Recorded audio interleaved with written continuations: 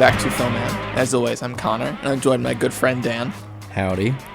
And today, guys, doing a kind of odd double feature pairing for an episode. Yeah, I think, at least for us, these are just two major films that have come out in the past month, and we want months in terms of past one, like 2 months. And we just watched them respectively last night and then last Thursday night.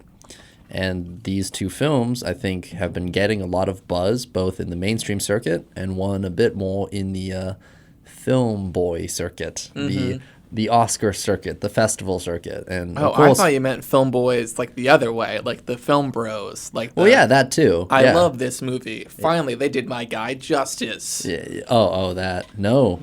I'm actually talking about 2021's Minari and 2021's Zack Snyder's Justice League.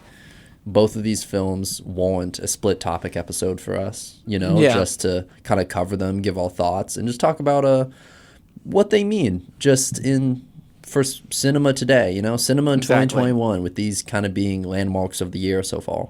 Yeah, just talk about Minari and talk about Zack Snyder's Justice League. Because here's the thing, I like both these movies a lot. Interesting. And I'm excited to actually talk about them. Yeah. So you want to start with Minari? Yes, let's do it. So, Minari. You mentioned, Dan, 6 Oscar noms. For those of you who don't recall, it is Best Motion Picture of the Year, Best Performance by an Actor in a Leading Role for Stephen Yeun, Achievement in Directing for Isaac Chung, Performance by an Actor Supporting Role for, I'm going to say this wrong and I apologize, Yoon Young-jung, who plays the grandmother. Yep. Original Screenplay for Isaac Chung, and Best Achievement in Music Written for a Motion Picture, which is basically original score. Yeah. Which, having seen the motion picture, I'm excited for all 6 of these nominations, and I agree with all 6 of these nominations. Yeah. One that actually came by surprise was the score. I was very, very impressed by the score.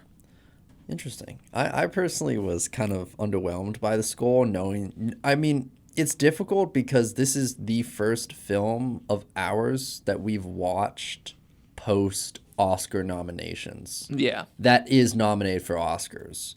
Basically, we're like, this is where me and Connor for the next month try and play catch-up with all the films we missed that have been nominated for Oscars, Minari being the first of that little slate. Yeah. And it's hard to put this into a context now because it's a bit tainted in the sense that, like, oh, the Oscars think this has a chance to be the best this or the best that, so now I have to look for it. Yeah, you come in with heightened expectations exactly. for everything. And I'm trying my best to, like, curb those.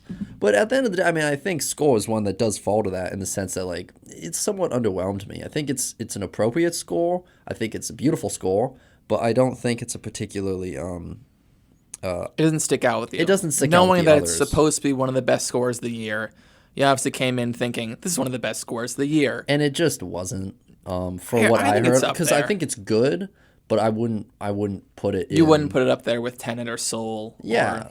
Yeah. So at least when we're talking, bigger budget stuff that just has the money for Oscar and award campaigns. Which A24 is behind this. So obviously they spent the money on the campaign.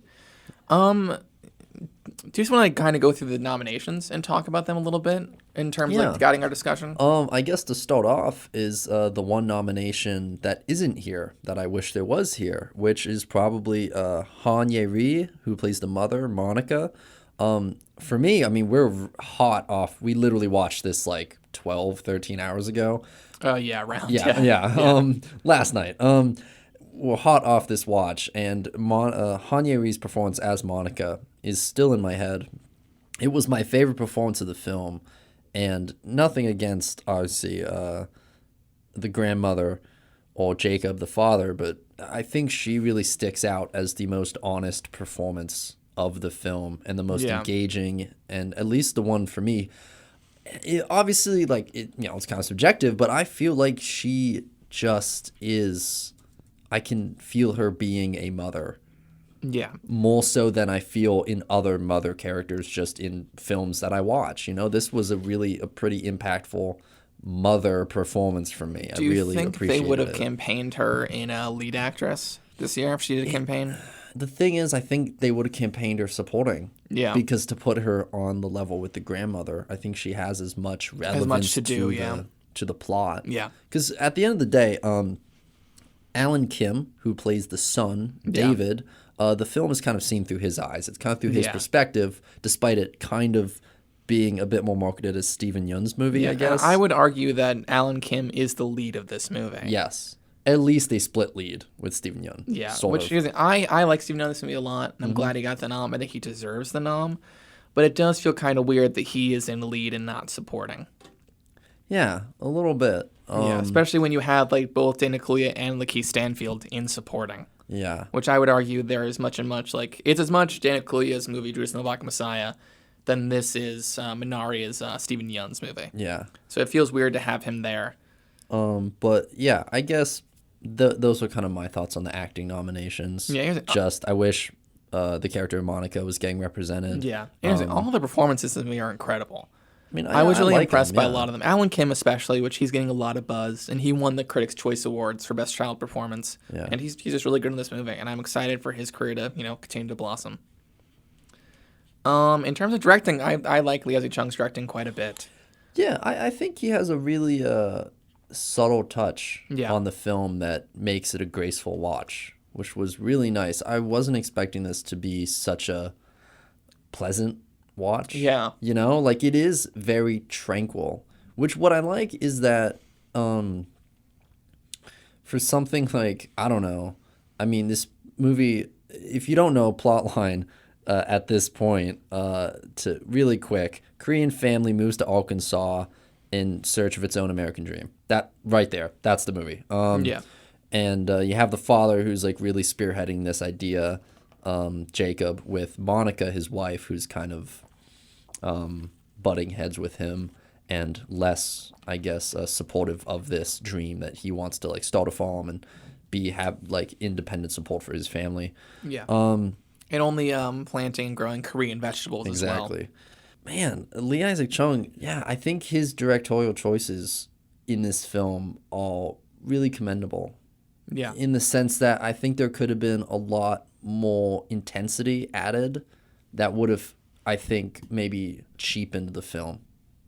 Yeah. Or like made it less impactful, in a sense where I'm like, I feel like he could have made it more dramatic, more intense, more exciting, but he chose not to, I feel like for this film, it is kind of looking at what isn't there, looking at the choices that he didn't make compared to the ones that he did, where it's like, that was small, Yeah. Like there's this, I don't think this is a huge spoiler, but there's a scene with a fire. There's a fire scene. The family deals with a fire.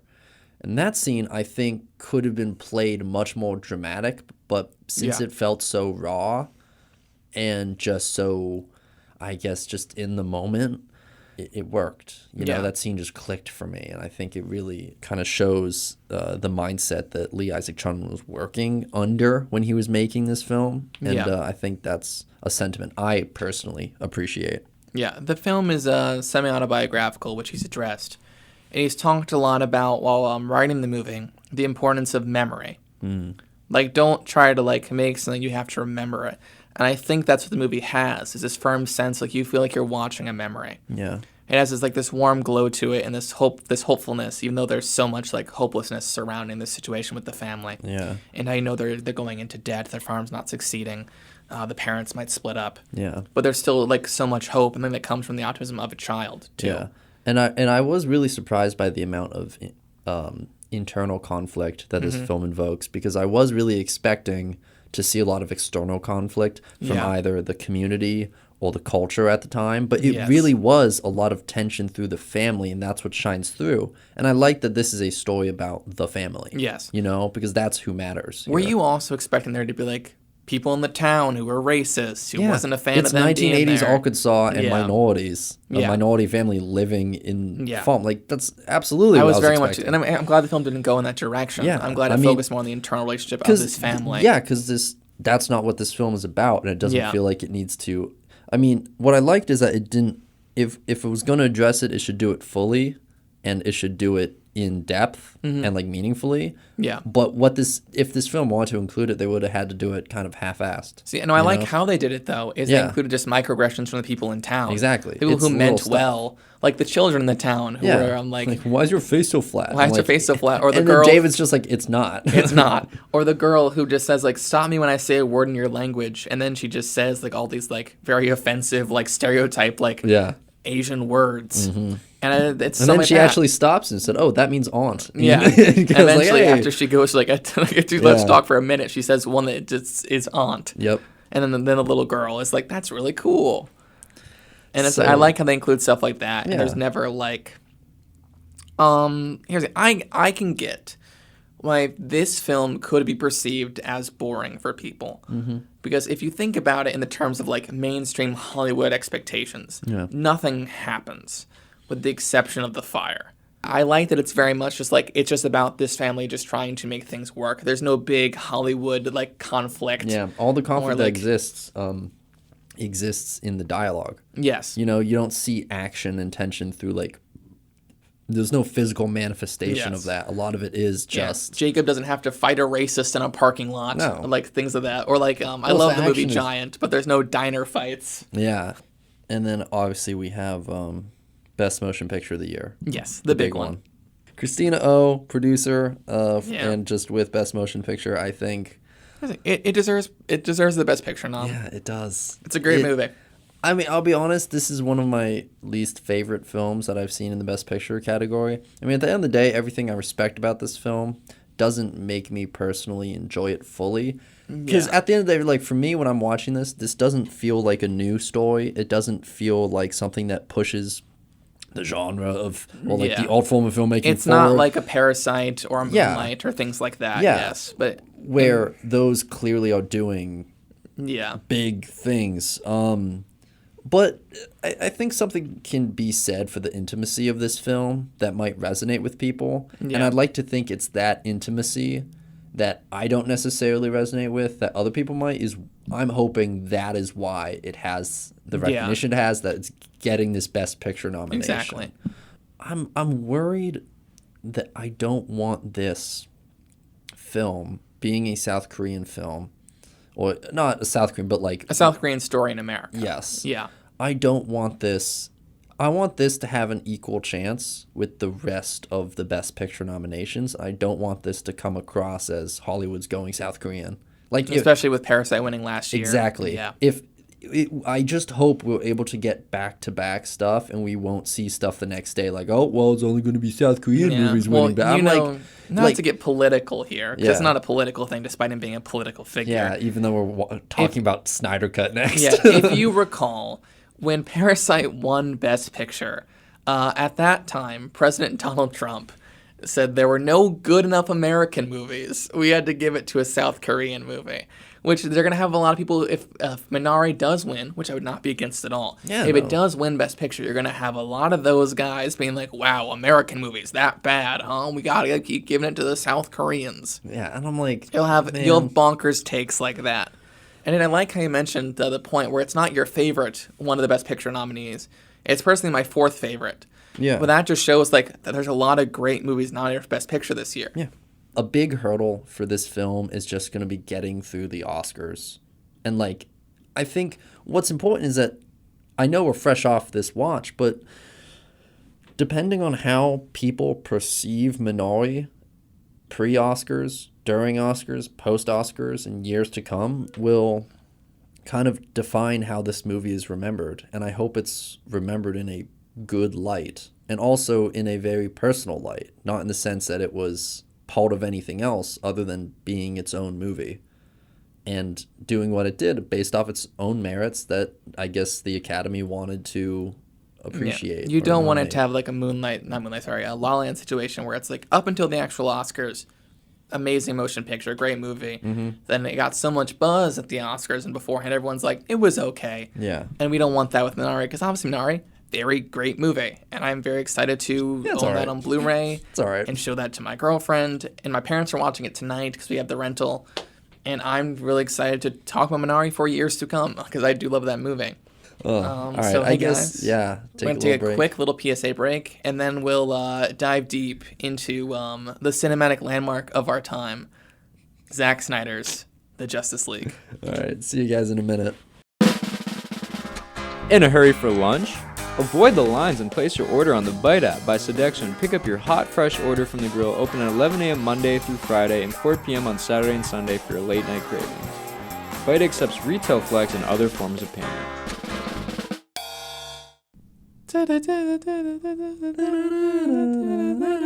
Oh, I was doing Wonder Woman. What are you doing?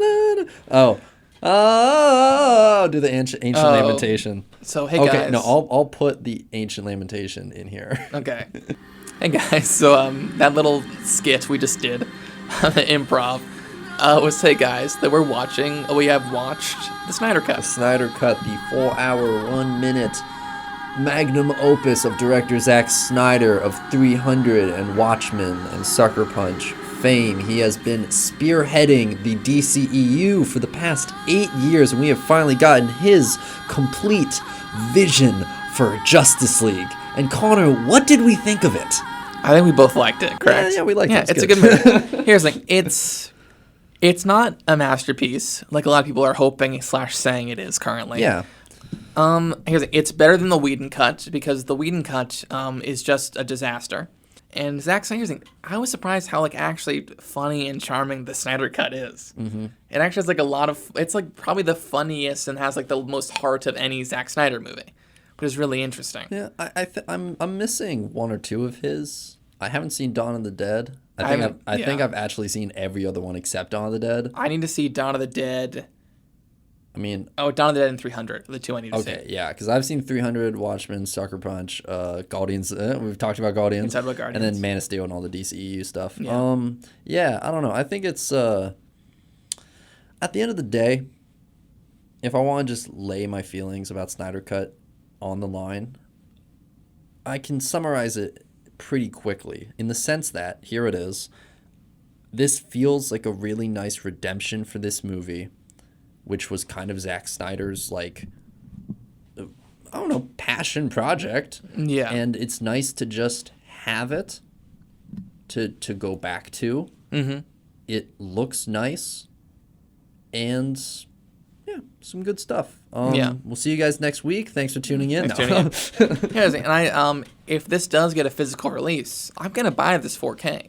Because it is a very gorgeous looking movie. Looks and great. I'm very excited to watch the Justice Gray version, which is the black and white cut. Yeah. I'm intrigued to revisit scenes with that. And I think if you guys are listening, there might be some contention where you guys hey, Connor and Dan, you're 21 minutes into this episode. How are you going to talk about a 4-hour movie? And I think we're going to do our best to truncate our thoughts. Yeah. This isn't going to be a huge, long discussion for us. But there's not much to just say. Yeah, other than we just kind of liked it, we'll touch on some of the big stuff, like the aspect ratio. How was it? I prefer the movie in 4:3. Absolutely. I think it looks better. I think it adds to the experience of the movie. I think it gives a more narrow focus on the narrative and the effects. Yeah, what I like is that Zack Snyder is such a visually aesthetic artist. He tries to really capture a very graphic aesthetic, visual aesthetic with all of his films. And this one is no different, but he's just changed the aspect ratio, and it works. Yeah. And not in the sense that I don't think the movie is improved at all by it. If he decided to go full screen from the get-go, still would have looked good. Yeah. This movie didn't need to be in 4:3, but the fact that we finally got the 4:3 aspect ratio, and that was his idea, and he completed it. Yeah. In that, he stayed to that aesthetic and made that work. He wasn't oh, now I have to think of this scene needs to be in 4:3. No, he just went through it. Yeah, it looks great. Yeah. I think it leads to a lot of really engaging compositions. And now I'm thinking back on it literally right now. Mm-hmm. That's probably why Whedon had to reshoot so much of the movie. Yeah. Because it was all shot in 4:3. Mm-hmm. So compositions that would just have blank space on either side, that's ones Whedon had to redo. I like this movie a lot. I shouldn't say a lot. It's a very good movie. I think it's a lot of fun. Yeah. I think the action's great. I think we get a lot of cool stuff with the actual League that just isn't in the other version. The fact that we got so much cool stuff with the Flash, and just more with the you can almost argue that Cyborg is like kind Cyborg's of the lead of the movie. The lead of the movie, which Yeah. is cool. The fact that we actually got a more personal story with Cyborg, and we got the Flash doing more cool stuff. The point is, liked I it. actually like Ezra Miller's Flash. Yeah. Still a beef with Ezra Miller as a person, but Yeah. I really do like his version of the He's Flash. a damn good Flash. Ironically, the one character I feel like is underserved in this version is Aquaman. Oh, I was gonna say. I mean, I was actually fine with Aquaman's inclusion just because he got his own movie, and then you realized, I don't know. For me, like I like James Wan's Aquaman, but at the end of the day, like Jason Momoa's Aquaman, there's not much to him. He's just kind of hanging out. He's just a fun I Aquaman. love Dude Bro Aquaman. Yeah, I like him too, but you get too much of him, and it's like you realize it's his character, and the spin is kind of substanceless, but not in a bad way. In a sense of like, you just don't need much. You don't need too much from him. A little goes a long way, and you don't need to focus on him as much, which I don't mind. See, the one thing I like from the Whedon cut is we get a little more personal scenes with Aquaman. And I thought you were going to say we lost a lot of the Batman stuff. I hate the Batman stuff in the Whedon version. Oh, I liked the Batman stuff. Like, Ben Affleck's Batman was one of my favorite parts of the Whedon cut, and I feel kind of bad that we lost it here. But now that I know that it's Whedon stuff, I'm like, I guess that makes sense. Not to be like a dude bro, like whatever. Bring it on. Give it to me. With the Batman we got in BVS, where he's older and he's like, Yeah, he's been Batman for 20 been like years. 20 years. And he is like falling apart at the seams. Awesome. He's still capable. I feel like in the Whedon cut of Justice League, he went from like, this guy is incredibly tough, he's focused, he is the Batman, to like, oh, he's an old man. He's complaining That's about interesting you took that look. I think Whedon just focused more on that side of him. But he never seemed like weak or like he's an old man. Batman in the Whedon cut like gets hurt, he complains about his back. Yeah. And then he has that's cool for that Batman. Well, yeah, I think just Whedon had less like he just wanted to be more overt about it. Yeah. Like, I think he was just going in his project. That just felt like Ben Affleck's like, I'm done. I'm not Batman anymore. Write in a reason why I'm not Batman anymore. That's what it felt like. That's funny. I guess I didn't watch it that way.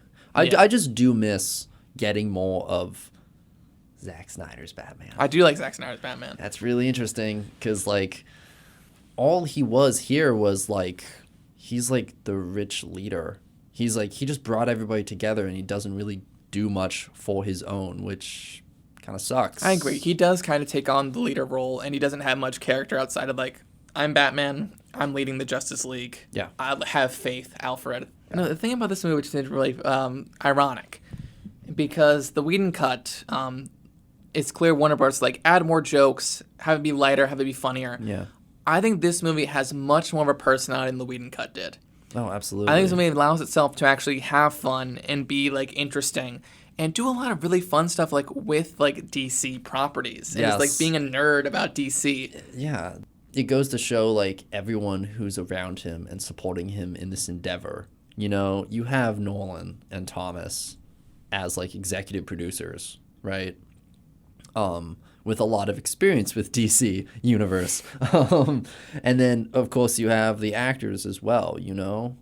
Henry Cavill, Ben Affleck, Gal Gadot, obviously as the three bigger... And Ray Fisher, too. Ray Fisher. Ray Fisher being arguably the biggest supporter of the Snyder Cut. Yeah. I'm happy to see that this product feels like a more collaborative product with filmmakers and a film crew and actors, with people passionate about the project instead of a studio coming in and saying it needs to be a certain way. Because I think, obviously, you know, studios have their place in that to rein things in and to make it marketable. But here, I think they just got it wrong, I guess. See, the ironic thing is, Dan, I don't think Warner Brothers made the wrong decision. I think this movie, if the movie was released in a 4-hour version, it would have bombed. Oh, yeah. And if it was released in 2 separate 2-hour cuts, we would never have gotten the second version. That's true. We would have gotten the first one. It wouldn't have done nearly as well as they'd hoped, because that's what happened with BVS. Yeah. And we never would have got the second one. Not to do a really weird crossover analogy, but sometimes I feel like this was the only way we'd be able to get this cut. Oh, completely. Like the way Doctor Strange held up his one finger to Tony Stark, like, this is the only way it works. Yes. You need, all this terrible stuff needs to happen to get this pretty fun, inventive, cool superhero movie that allows you to do what you want. But the sad thing is, I think we just can't make movies like this version of Justice League anymore. Yeah. I think we're now in a place where the superhero landscape is so, like, and it's the MCU's fault, where And it's so tonally homogenous. Yes, it's so homogenized where it's like only one kind of superhero movie like works now. Yeah. You can't do something with the darkness of Joker for more than $50 million and have it be successful. Yeah. It's there. You need to have a landscape. I just think right now this version of Justice League could have worked maybe like 10 years ago. Oh, for sure. Yeah. But for sure. now just doesn't. Yeah. It just doesn't work. People It just won't does see it in kind the of theater. like harken back to Snyder's heyday. Yes. You know, where like I don't think he's changed his filmmaking style. He's so deep in his own aesthetic and knows what he's about as a filmmaker that he doesn't want to change. And I think, you know, there's a fan base there to support it. I keep just telling myself, like, this is, for me, just Zack Snyder's Justice League will always just be a pit stop for me. Yeah. I can always just go back to it and I'll say this was just a good installment of, I think, maybe the end of an era for Snyder. Yes. Of what I would argue might be the second leg of his career. This feels like the end of one. He is moving on from this film. It is the end of the Snyder superhero era, starting is. from Watchmen going up until now. Yeah. It is the end of that era of his career. And, you know, guys, it was a fun era. It was a fun It was era. a fun wave to ride, you know? Here's the So, thing. It's bookmarked by his two best. Watchmen and this are his two best superhero movies, with Man of Steel being his worst. oh, I don't but- mind Man of Steel. I think Man of Steel's okay. I like it more than BVS. See, I like man. BVS more like Man of Steel. Really? Yeah. You're BVS over Man of Steel? Yeah. Wow. I did not know that. Man, I respect you less. No, I'm kidding. No, But, man, I totally prefer Man of an Steel. That interesting score slate is of like four one of the movies. best scores of the decade for me. That's what does it. But, It's a really you good know. score. Yeah. No, but that slate of four movies is a very interesting pit stop in his career. Yeah. And I'm excited to see where it leads next. If it is like more light, weird, like action comedies like Army of the Dead, or he goes back, he's wanted to do The Fountainhead for a long time. Yeah. Which, if he does The Fountainhead, Oh my goodness. wild. That would be very wild. I would watch it. I'm heavily intrigued by the Zack Snyder Fountainhead. God. But Yeah. yeah, whatever his career comes next, I'm excited for him, and I'm glad. I wish I've said this a few times, and I'm not going to dive too deep into the culture surrounding Snyder Cut. Yeah, it's not great. Yeah, but it's a pretty toxic fan base, and this is like the mother load, or really the mother box. box. This is Yeah. the mother box of all toxic fan bases right here. This is Yeah. the stuff that will literally turn your earth to dead dirt and dust. it is the anti-life equation. This of is fan the bases. anti-life equation of fan bases. Yes, they achieved the unity. They achieved the unity. Yeah. They did. They did. They did it. So we're not going to talk too much about that, other than obviously what we just said now, where Mm-hmm. I don't agree with the fandom and how this movie got to be made. Mm-hmm. As much as I like the movie, I'm not for people getting harassed for years on end in order Yeah. to have this be a thing. What's difficult is that this, I mean, if this was occurring with any other movie, I don't think it would have gone anywhere. But sadly, Yeah. you had the Zack Snyder fan base. Like, you pissed off the right people that Yeah. could make this happen. Yeah. You know? Justice League, which is, I mean, I think was supposed to be a pretty big pinnacle for the DCEU. It was their Avengers. Yes, it was their Avengers. And man, did things get crazy. And what sucks is, like, I don't want to justify that, but we got a good finished product. You know, so the key is, Dan, we didn't justify it. Warner Brothers did. Yeah. And I'm glad we got the movie. But by the Justice League, the Snyder Cut's existing, kind of says to the fans, you can do this to us. Yeah. And we'll give you what you want. Yeah, which is worrisome. Yeah, and the point is now there's already like been memes about like, we got this, we're coming back for all of it. I want the air cut of Suicide Squad. I want Justice League 2. I want Justice League 3. Yeah, And it's like, that's you got what you wanted. now they feel empowered to like, I'm going to ask for more. And that's not how this works. Yeah. And here's I Zack do want- Snyder's even said, I don't want to make more DC movies. Yeah. And I think that's the closure. The closure is Snyder is done. With the stuff that went into him losing the movie. Yeah. Obviously, not too long after he lost the movie, he lost his daughter to suicide, which the movie is dedicated to her, which was very nice to see. Like, really hit hard at the end of that movie. Yeah. But, and I'm glad with all that stuff going on in his life around that point, and this movie kind of being taken away from him, I'm glad he finally got to make the movie. Yeah. And, I hope this is a nice, like, this is why, like, I wanted to say all my general thoughts, like my 20-second thoughts at the beginning of this entire segment of Snyder Cut. This felt like a great redemption for Zack Snyder. You know, this is what he deserved and what his vision deserved, and I'm happy about that. Yeah, he got his closure. I think he was asking for too much out of the gate, but I'm glad the guy actually got to make the movie he wanted. Yeah. Especially with going through, the crappiness of losing your job. Yes. And also sadly losing a loved one right after losing your job. Exactly. And the studio saying that's why you lost the job. Yeah. Like, it's Zack Snyder, a very interesting filmmaker. He is, yeah. At the end of the day, who else could pull this off but Zack Snyder and his Justice League, you know? Yes. Like, and when I say his Justice League, I am not including the epilogue. Yes. The epilogue is trailers for movies that will never exist. If you take it as just the movie before the epilogue, what is it, 6, 7 parts? 8 parts? I think it's 6 parts. It's 6 parts. 6 part, then if an you just epilogue. take parts 1 through 6 minus the epilogue, that's the movie. That's my Justice League. Yeah. If I ever rewatch this, I'll stop at the epilogue. You want to wrap things up? Yeah, I mean, overall, just like basic thoughts again. I like the movie quite a bit. I think it is too long, being 4 hours and 1 minute. I think Zach obviously took the opportunity. He's like, I'm literally including every single scene from the movie in this. This is my chance. It's to carte show everything. blanche, yeah. Yeah. Where this movie should have probably been like, I want to say 3 hours and 30 minutes. Like a firm 3.5. I think it could have been like 3:15. Because again, you have to remember that there's like a half an hour epilogue. Yeah. Which is insane. Like you already chopped that down. That's 3.5. You maybe do some quicker edits on the slow-mo scenes and truncate some of the stuff with Lois Lane. You're at a solid 3. Like this could have been a 3-hour movie, I think. Yeah. And you guys in the filmandosphere, yes, if you've seen it and you have opinions on it, same thing with Minari.